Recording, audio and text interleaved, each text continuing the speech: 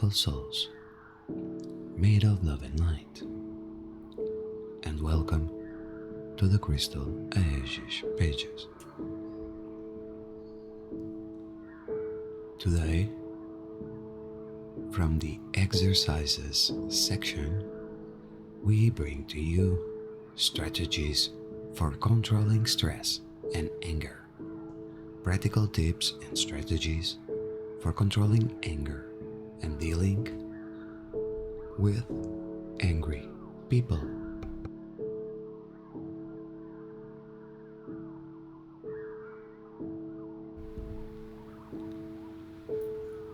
One of the most common forms that healing crisis can play out in groups of people, especially those without impulse control or self-awareness, is to get really frustrated and angry from not knowing how to express pent-up emotions. We have a lot of people on this earth who do not know how to handle or diffuse the intensity of pent-up emotional anger that they feel bubbling up from deep inside themselves and sourcing from the collective consciousness. Our culture is not taught about the forms of anger, how to diffuse anger, how to gain control over personal impulses of anger, and how to get to the source of anger before it starts to take complete control over that person's mind, emotions, and body.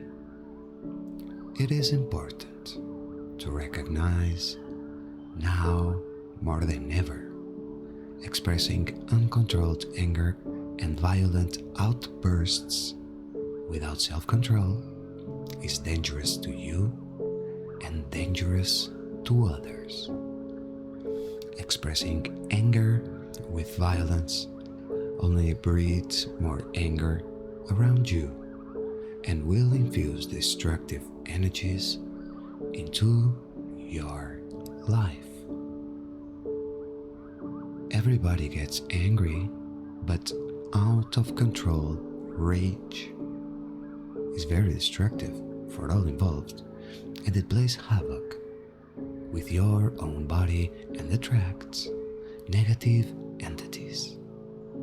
Here are some tips to help you not lose your cool and be able to stay centered while feeling intense emotions.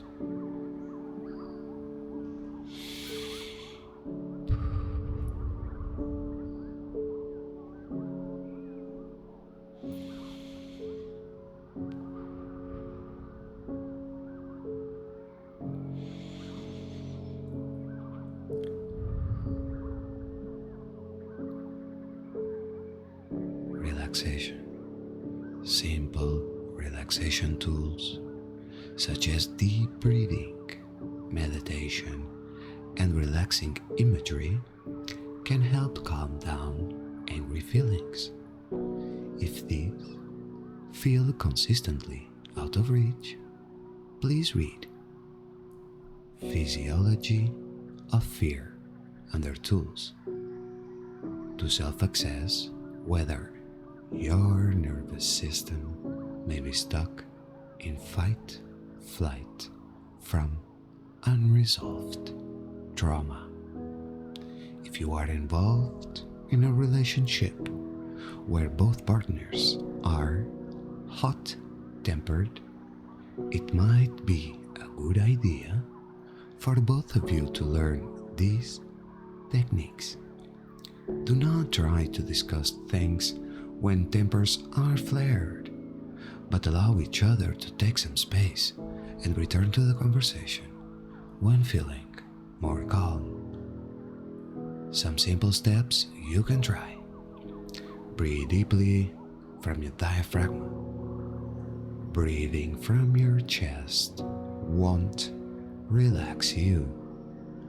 Picture your breath coming up from your lower gut.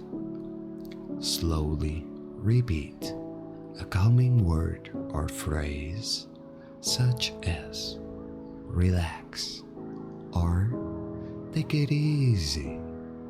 Repeat it to yourself while breathing deeply. Use imagery or meditation. Visualize a relaxing experience from either your memory or your imagination. Non-strenuous movement, slow exercises such as yoga can relax your muscles and make you feel much calmer. Practice these techniques daily. Learn to use them automatically when you are in a tense situation.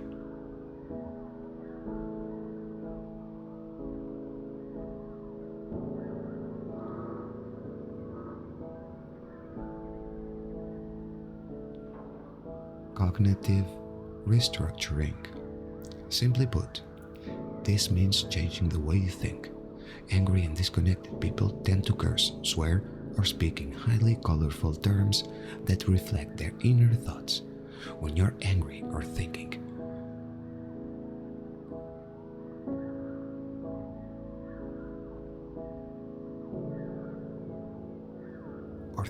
angry can get very exaggerated and overly dramatic.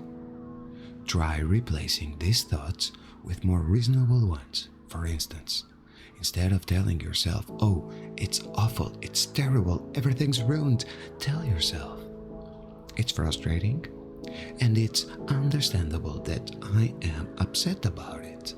But it's not the end of the world, and getting angry is not going to resolve it anyhow."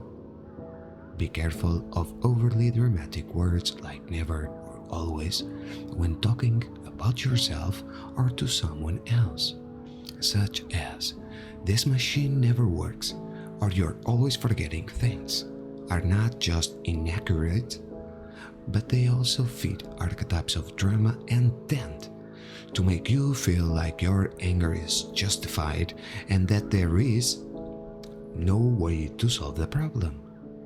They also alienate and humiliate people who might otherwise be willing to work with you on finding a mutually beneficial solution. It may be helpful to learn non-violent communication skills if your communications do not seem to land as you intend them.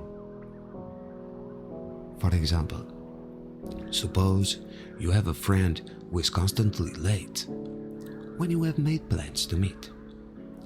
Don't go on the offensive. Think instead about the goal you want to accomplish, of getting you and your friend there at about the same time. Avoid saying things like, "You're always late. You're the most irresponsible, inconsiderate person I've ever met." The only goal that accomplishes is hurting feelings and putting people on the defensive. State what the problem is and try to find a solution that works for both of you. Or take matters into your own hands and set proper boundaries. For example, you may only set up meetings when you have a lot of flexible time and can bring reading material and relax in a scenic spot until your friend shows up. This way, if they are late, you don't feel you are actually waiting for them because you are already enjoying yourself. When we release our rigid expectation of others and we see them as they really are, we cannot expect them to be something they are not. When we find greater acceptance for some things that happen to us in life, we also find greater calm and peace. This way, you diminish your own internal stress and your relationships are not damaged. Remind yourself that getting angry is not going to be positive for your health or fix anything, as it won't make you feel any better and may actually make you feel worse. Comprehension. Comprehension of the larger picture of events also diffuses personal anger, because anger, even when it's justified, can quickly become irrational or mentally obsessive. Commit to see the larger picture, depersonalize the events, and remind yourself that to bring peace into your daily life, one must practice being, oh yes, peaceful. Remind yourself that the world is not out to get you. You're just experiencing some of the rough spots. Do this each time you feel anger getting the best of you, and it will help you get into a more balanced perspective. Also use the negative ego clearing tool. 5 steps to clear negative ego is suggested. Learn how to refocus your mind back into positive outlets when in the heat of the moment. Angry and disconnected people tend to demand things like fairness, appreciation, agreements, or a willingness to do things in order to control things to go their way. Everyone has preferences, and we may feel hurt and disappointed when things do not go the way we would like them to go. But angry people demand what they want rather than build trust to earn what they want. And when their demands are not being met, their disappointment and frustration can easily become anger. As a part of their cognitive restructuring, angry people need to become aware of their demanding nature and translate their expectations into desires being respectfully communicated to others. In other words, making requests, "I would like this," is healthier than saying, "I demand this," or "I must have something done this way right now." When an angry, disconnected person is unable to get what they want, they will experience the common reactions of frustration, disappointment, and hurt. Some angry people use their anger as a way to avoid feeling emotional pain, but that doesn't mean the hurt feelings go away. Most of the time, their anger outbursts is buried on top of many unresolved emotional conflicts and painful wounding that they have avoided addressing. Problem solving. Sometimes anger and frustration are caused by very real challenges and inescapable problems in our lives. Not all anger is misplaced, and often it is a healthy, natural response to these difficulties. The best attitude to bring to such a situation is to focus not on finding the solution, but rather on how to handle and face the problem in the moment. Suppressing anger is not productive, where acknowledging the feeling and finding a way to release the tension and stress without harming others around you, it is very productive. Make a plan and check your progress along the way. People who have trouble with planning might find a good guide to organize or time management helpful. Resolve to give it your best, but don't punish yourself if an answer doesn't come right away. If you can approach the issue with your best intentions and efforts, and you will be less likely to lose patience and fall into all or nothing thinking, even if the problem does not get solved right away. Better communication.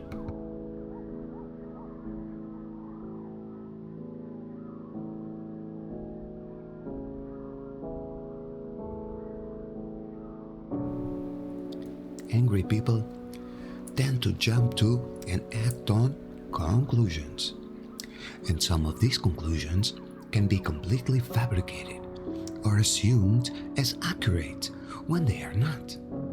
The first thing to do if you are in a heated discussion is to slow down and really think your responses through.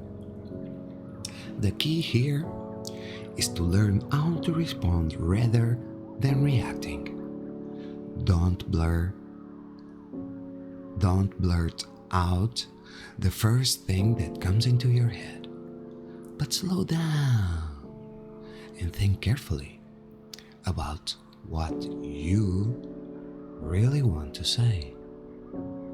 At the same time, listen carefully to what the other person is saying and take your time before answering them.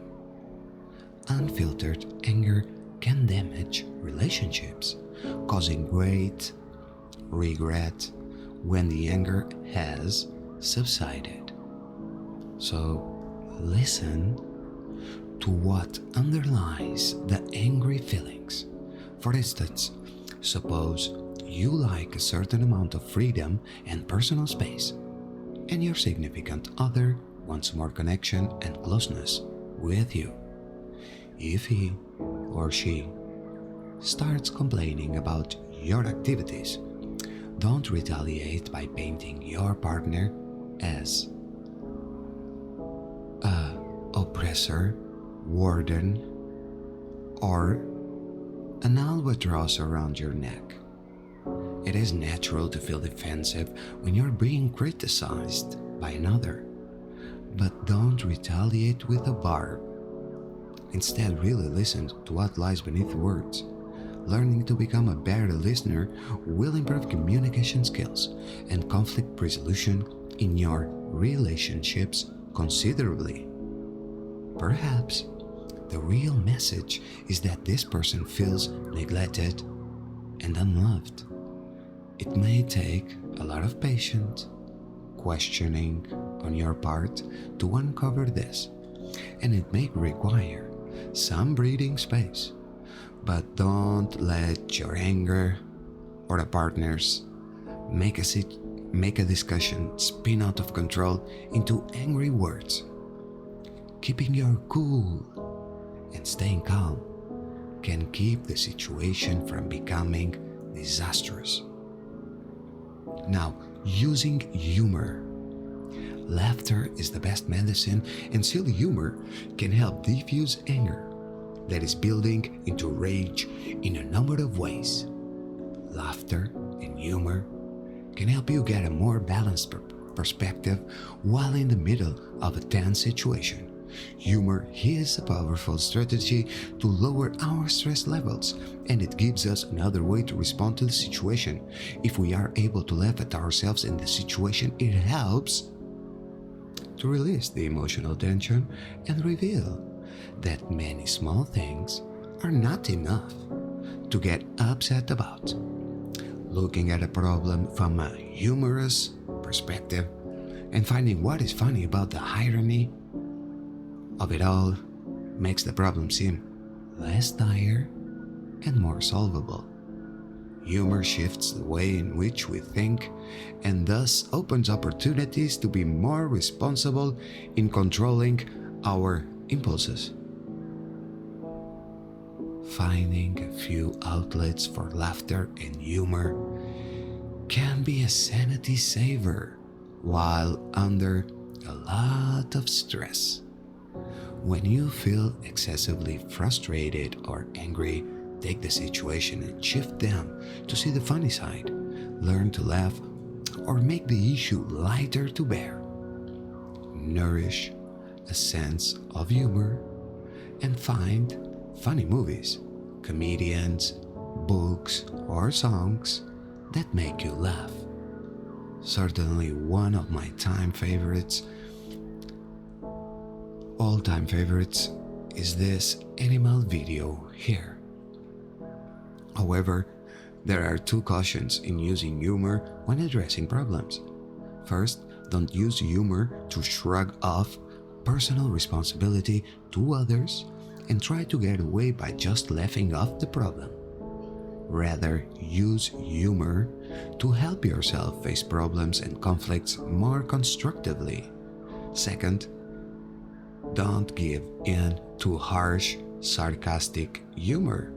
That's just another form of unhealthy aggression. Anger can be a seriously harmful emotion, but it is often accompanied by ideas that, if examined, can actually make you laugh. Think about it. Now, changing your environment.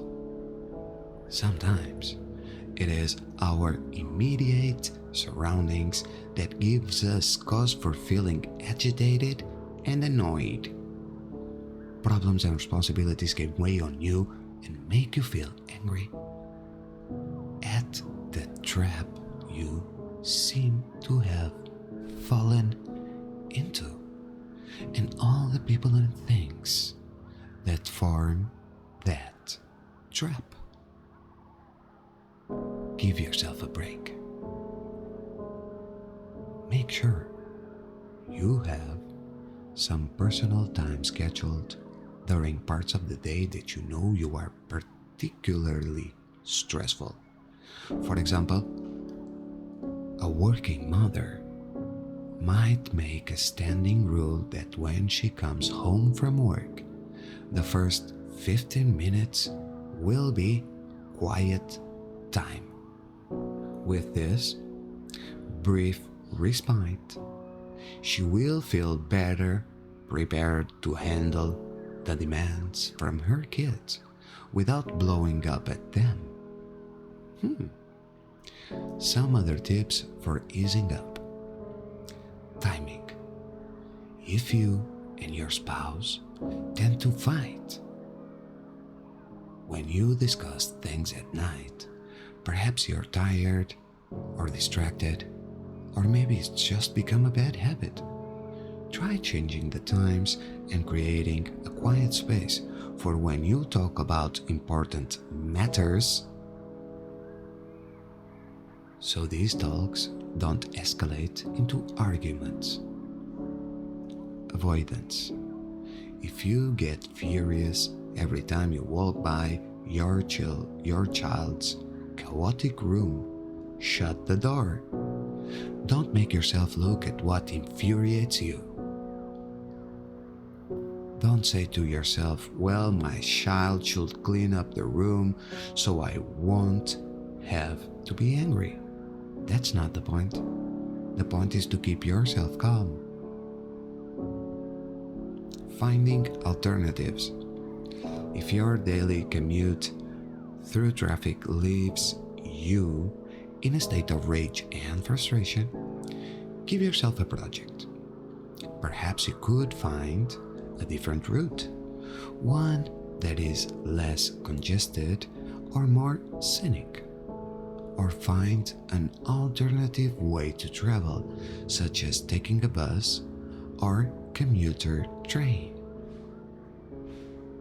One of the most dangerous features of anger is that expressing anger increases the anger of others around you, and this incites violence and harm into the environment. This can lead to a rapid and dangerous escalation of destructive and painful energies, spreading like a virus.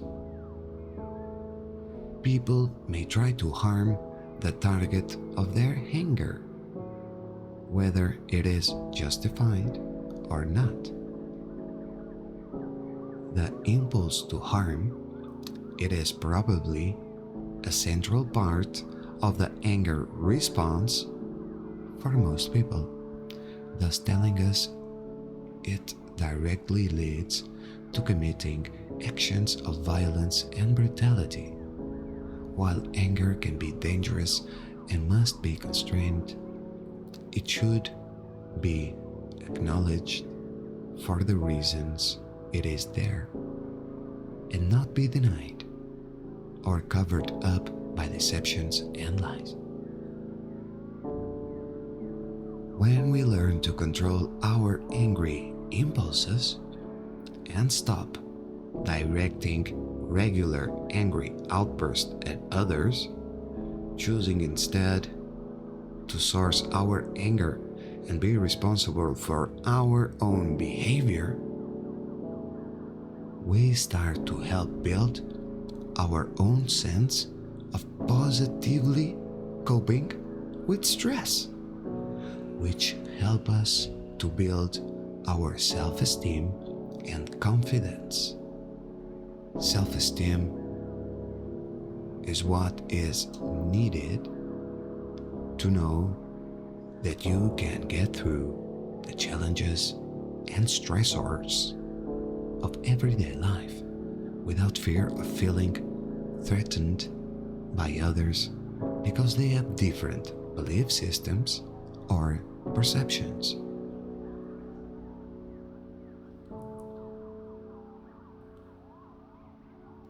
To close and end this page, use the golden rule. Treat others as you would like to be treated, and notice how things shift in your life.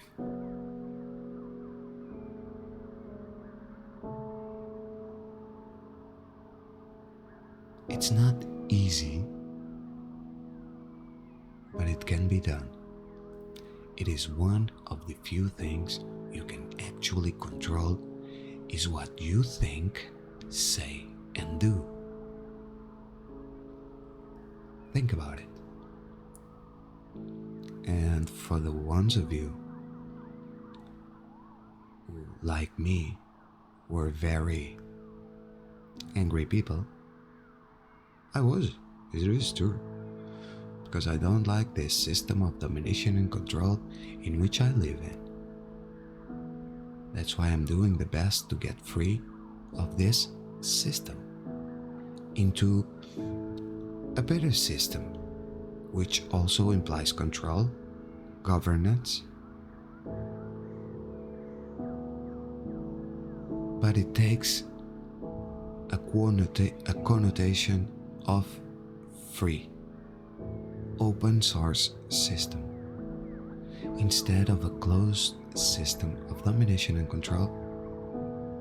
I wish that by controlling and assessing and addressing my anger, that I can break free from this system of control into an open source system of infinite and intelligent energy. So for you out there, like me, had serious issues in controlling your rage, your angry feelings,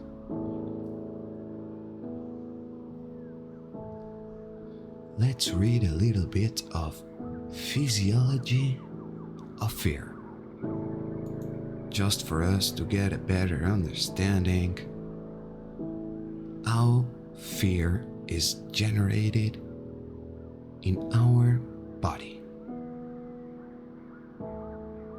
It's also another crystal page.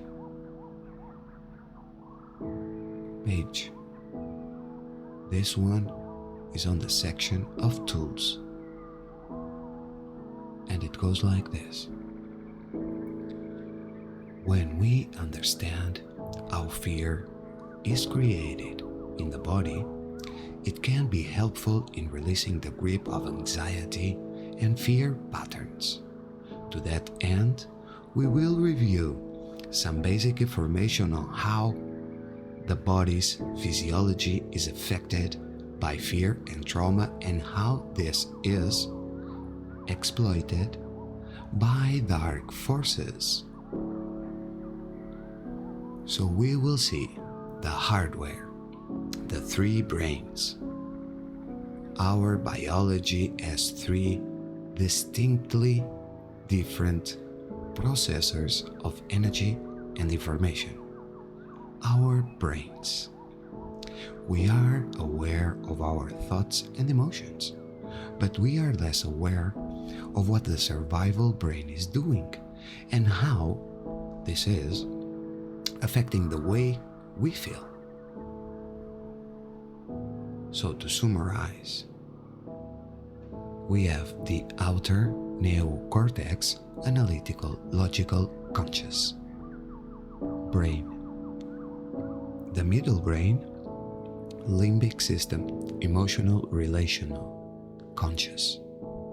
And we have the inner brainstem, survival, sensory, motor, unconscious.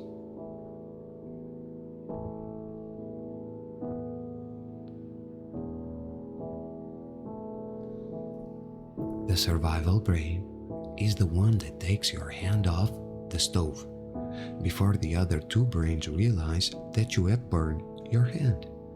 It is incredibly fast at responding to what is happening in our environment in order to keep the body safe. It's like each human body comes with a preloaded software program that says, keep this body alive.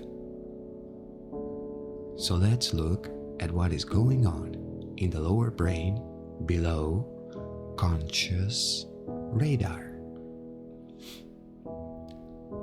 Software survival programs. The lower brain basically runs in three modes: relaxed, fight, flight, and freeze. To keep it very simple, we will use a spotlight model seen in the image below from Stephen Porges' polyvagal theory. When we are in green, we are relaxed. Our heart and respiration are slow. We can digest our food. We can nap. We enjoy being with loved ones and can relate to them. The moment the survival brain feels there is danger, it moves the biology into yellow. The vagus nerve shuts down all the organs below the diaphragm and speeds up the ones above the diaphragm. We get an immediate increase of available energy or superhuman strength, enough to lift a small car off of a child. This is an amazing thing the body can do in a split second. Our bodies were designed to do this for very brief periods. We don't want to get stuck in yellow, where we cannot digest our food, we cannot sleep, and we cannot enjoy our loved ones or relate to them. There are usually two reasons we get stuck in fight and flight. We are living in an unsafe situation, and the accurate assessment is that we are in danger. Or two, we have an unresolved trauma from the past, which the lower brain feels is happening now, in the present moment. Being in the red zone is less common. This is where the lower brain perceives that the body is not going to survive the experience and shuts it down. The body becomes immobilized, to play dead, becomes anesthetized to minimize suffering, and the consciousness often leaves the body or is disassociated from it. Again, this is an amazing biological accomplishment in a split second. We see this with eye impacts, with early and chronic abuse such as SRA, satanic ritual abuse, and in war and torture. The eyes are vacant, the voice is monotone, and the body is lifelessly still, meaning there is no fidgeting or normal movement in the body. Self-accessing, since our human family is now living in the yellow zone so much of the time, let's look more closely at the spectrum of yellow and the difference between fight and flight. Here we are looking at increased levels of activation in the nervous system. On a scale of 1 to 10, we can have low-level activation, which is a feeling of unease on the fight side, and irritability on the fight side. In the mid-range, we have anxiety on the flight side and anger on the fight side. At the high end, we have rage and panic, getting closer to that threshold where the body switches into red or freeze. These have some disassociation beginning to get mixed in, as in a blind rage. Often a person can't remember what they did or said. Creating conditions. The issue about the survival brain is that we cannot fake it out. If we want to relax, we actually have to create the conditions for the physiology to move into green. If we live with a predator, if we work under a predator, if we do not have our basic needs met, we are going to be in yellow. So part of being able to clear fear is to make choices that help the brain and nervous system feel safe.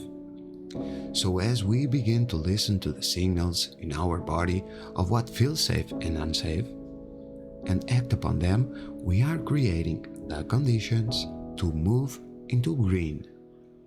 Creating healthier choices and healthier boundaries really helps to create these conditions. Implicit memory. Current estimates are that the lower brain is taking in about 40,000 data bytes per moment. This is far too much material to push into our consciousness awareness. We get an estimated 25, 35 of these data bits registering on a conscious level. This is what we refer to as the hard drive of our unconscious mind, that it is recording everything. This is called implicit memory rather than implicit or conscious memory. The hard drive records past threads in a special category, so that if a similar cluster of data bytes arise that were present when something bad happened, we get the jump on it and go into the yellow zone more quickly. Shaping of collective. It is easy to see how an understanding of implicit memory can be manipulated by those who would like to keep people in fear, keep our physiology in the yellow zone. In yellow, we are less able to respond to the present moment. Our awareness gets collapsed into looking for what is going wrong. This means the things that are looking okay or that are safe do not register as important. So in yellow, we no longer see beauty, feel comfort, humor, or creativity, which makes it difficult to experience balance in life. Just look at current forms of media, whether news or entertainment, to access where mainstream is trying to set our nervous system. Constant breaking bad news, with the worst human characteristics in the headlines, and psychopaths as lead characters in most popular series. After taking in news or entertainment, check in to see how your body feels. The culture of yellow has been in the making for a long while. Traumatic memory. A woman was sexually assaulted in a cedar room may develop an aversion to the smell of cedar without making the connection. Whenever she smells cedar, the survival brain will shift her into yellow as a precaution. This is an example of being triggered by an implicit memory data packet.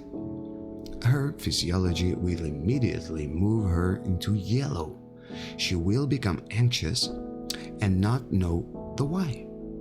Depending on her choices, will seek comfort in safe people or places, possibly self-medicate with drugs or alcohol, or maybe even pick someone up in a bar, unconsciously moving toward renegotiation of the event until this unresolved trauma is healed, and those memories are no longer on the active emergency trigger list.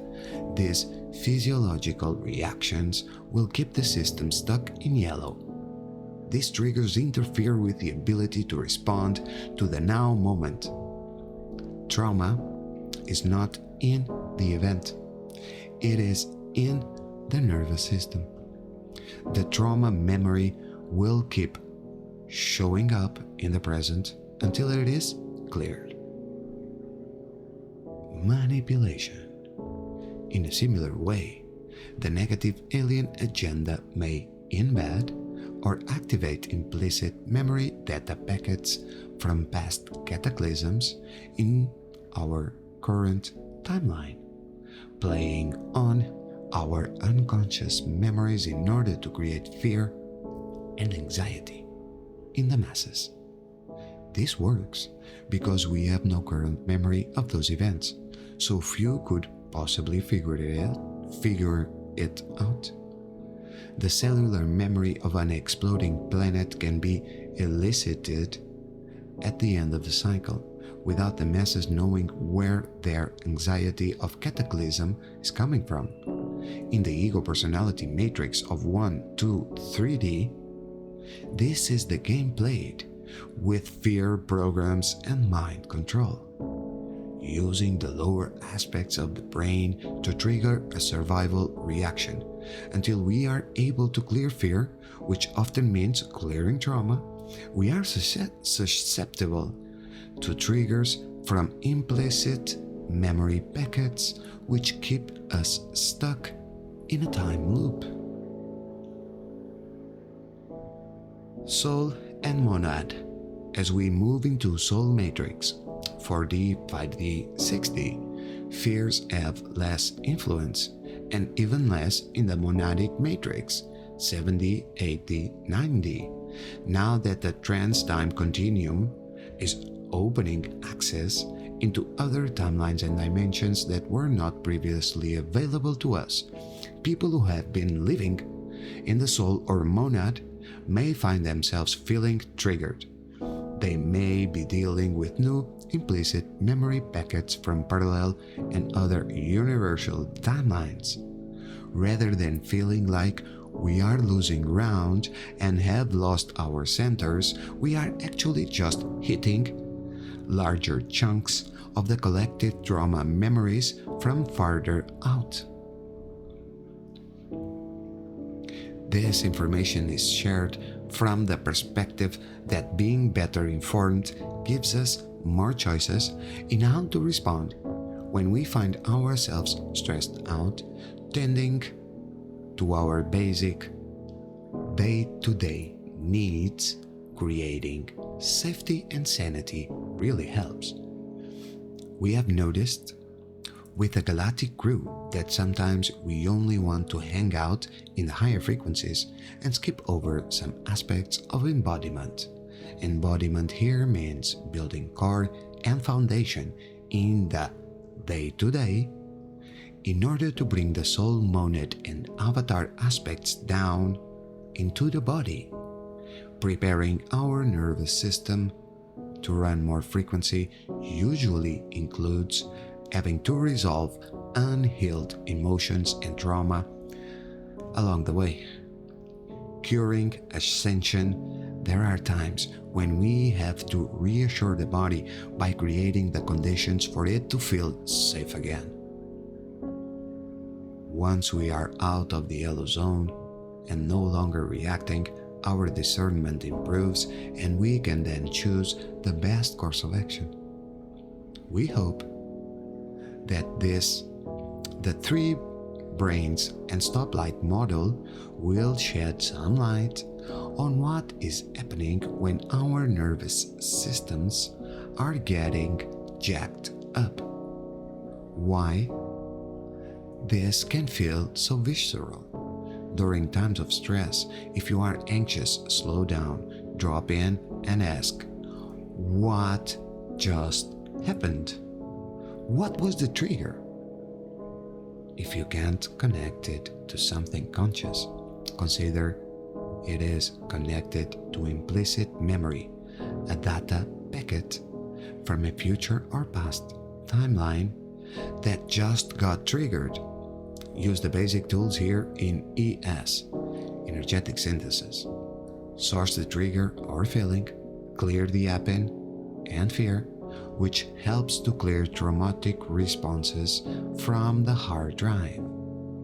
It is important to understand that living in fear makes us susceptible to dark forces and possession. If we are not living in the green zone, or at least returning to green after trips into yellow zone, we are at higher risk of being manipulated by outside forces. If we can be fully present, we can access what is coming at us. If 20%, 40% of our awareness is hijacked by danger signals from a past line bleeding into the present moment, we will be less accurate in accessing our current situation. Many people come into energetic synthesis wanting to open up and growing their light body quickly without understanding how to protect their field and close doors to interference. Some of the younger ones may still try to party, ripping holes in their aura. Others may not be 100% in their ethics yet, while others may have intergenerational vulnerabilities. Entities can easily attach themselves to a person who is not clear or coherent in themselves, or who is holding inner conflict and pain.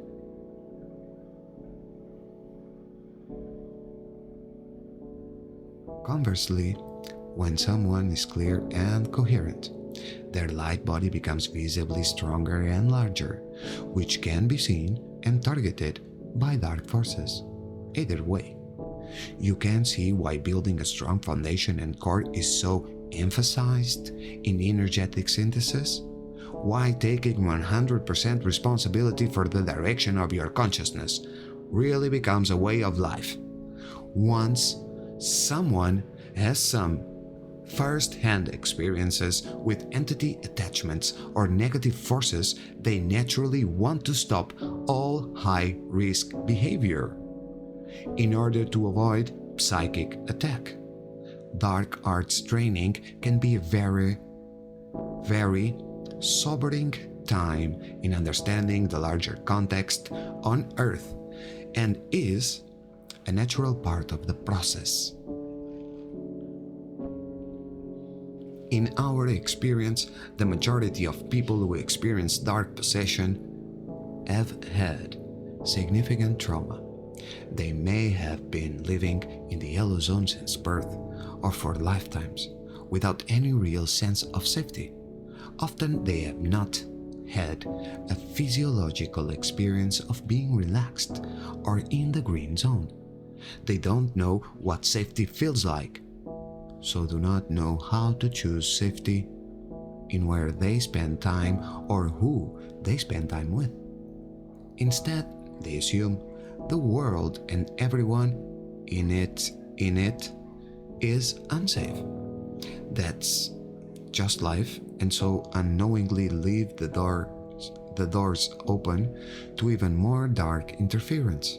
Again, this is why building personal ethics and moral character are so emphasized, especially with self-harm, addictions, and negative looping. This is how we build self-trust and grow our discernment in order to recognize where we can place our trust. This process helps us to cultivate a calm nervous system and an inner peace, which supports access to neutral observer where we can witness events without being triggered. This is a total reorientation process to stabilize the body and nervous system. Once safety and peace are in place, then the nervous system can accurately feel again without everything being mixed with pain and suffering. This is a type of stabilization work, and it's a part of building the foundation. We are seeing more and more accumulated stress and trauma responses in the world around us. So let us have some extra love and compassion for this level of experience.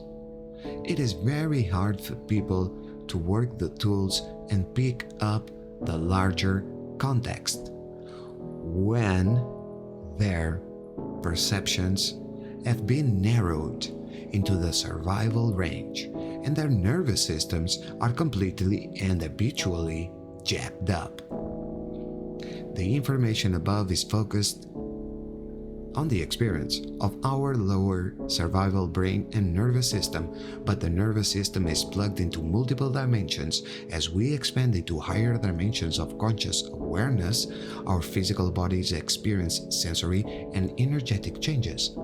As that happens, the lower brain is less involved in running physical survival programs, as safety is found through our inner connection to God's source. And it is through the nervous system that our higher sensory perceptions come online. We can see why the negative alien agenda would like to keep this information from happening, as this means the autonomic or automatic survival reactions are not running the physiology anymore. Dark forces cannot play upon or elicit survival responses using traumatic experiences in the collective consciousness, including from other timelines. It is an intense learning curve to understand how trauma has been used to intentionally fragment people in order to disrupt soul and monadic embodiments. With the recent ascension frequencies and the changing of laws, we are able to clear trauma more quickly now, as there is more safety for us to be who we truly are. Now that you better understand the physiology of fear, let's move on to learn some quick tools on how you can change gears in the way you think. Thank you, Paige, for compiling this information. And we have seen some tools, right? And there are more. That's why I love so much this crystal aegis pages, which in reality, this is the crystal aegis sponsorship where everyone can come in, use but not abuse of the tools, exercises that the guardians,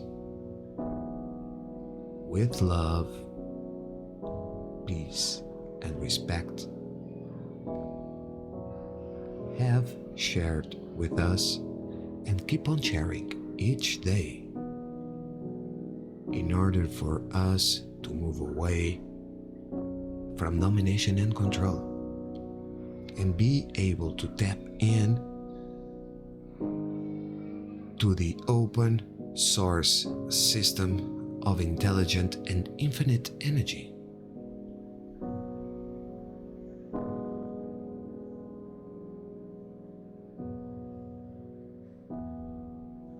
Thank you very much for being there. Thank you very much for being the love. Thank you very much for making the love. Thank you very much for sharing the love. And thank you very much for returning back into being the love. Thank you for being a full circle of love. Thank you for existing right now, right here, on this Earth Mother planet, and in all her multidimensionality, being one with everything that is and anything at all that might be, right here, right now, in this ever-present moment of now that is always changing into something else while we remain the same during the entire process of transformation, a beacon to the one source, to guide others into reach a good shore or the good shores of the one infinite and intelligent creator island, in order to enjoy some peace and have fun, because the sea out there can sometimes be turbulent and traumatic. Thank you, for you have found the way into peace, love, unity, respect. The four aspects, the four key aspects that together create the fifth harmonic, which is freedom. That takes us to the sixth sense, which is to be judgment-free. So don't judge. Simply apply remedy and resolve, and move on with your life, ascending into higher expanding waves of harmonic understanding, unity, communion and union with unity consciousness and Source Creator.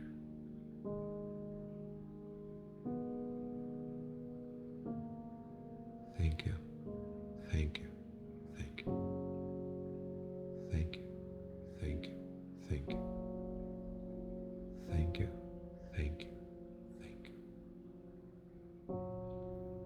And so it is that this is the Crystal Aegis pages, where we saw strategies for controlling stress and anger.